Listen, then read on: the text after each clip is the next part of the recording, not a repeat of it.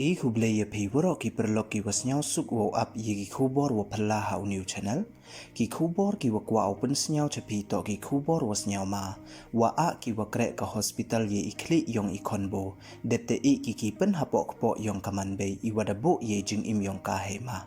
te heiwan ini wajia ton ab ye ni khubor hadu wa kut khnang wa yo tip i ye wa sakhet te yo krum de pen slem ton sedang i ki khubor ha iwi ni ijia wasnyau ma iwada jia du nei bha wa Khlieh na mom ukit khia ki wa kreh ka hospital kat kam ki khubor wadiyo ki wa kreh ka rural health center ha Pakistan Sindh province de kti ki wo a ye Khlieh i khonboo depte i ki pen hapoh kpoh kaman bei ka wali phau arts nem irta iwada bo le ye jing im Yong ka he ma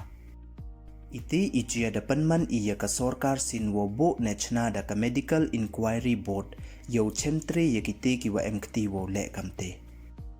kati kaman bei ka wana ka chnong far flung ka tharparkar district da lai nang kong ko ha ka rural health center ka wa pen ha iti ichnong wasa ko tang wakat wam doktor kan thai ki wa kreh ha kate ka hospital da bo ki ye jing im Yong ka he ma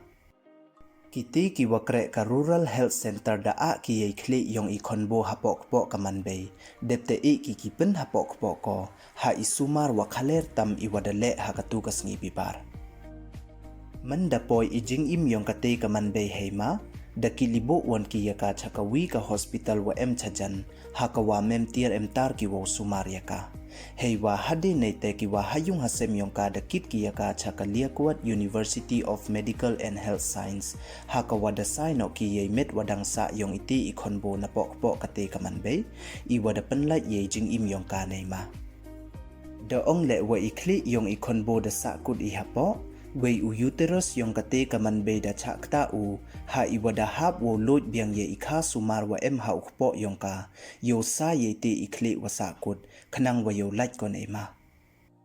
nei liang u director general ka Sindh health service da pha u jor u la ka jong ha kate ka case da ong u wa ki inquiry committees da tho tre ki yi wajia kham tam ye wam doctor kan thai kam jo le wa ki nong kreh ha ka rural health center te du kini don hi ki khubor ki wa kwa open snyau chapi snyau bha ye subscribe your new channel khnang wa yo pten cho phi yo yi ki khubor wa phalla he kten panar khuble chipon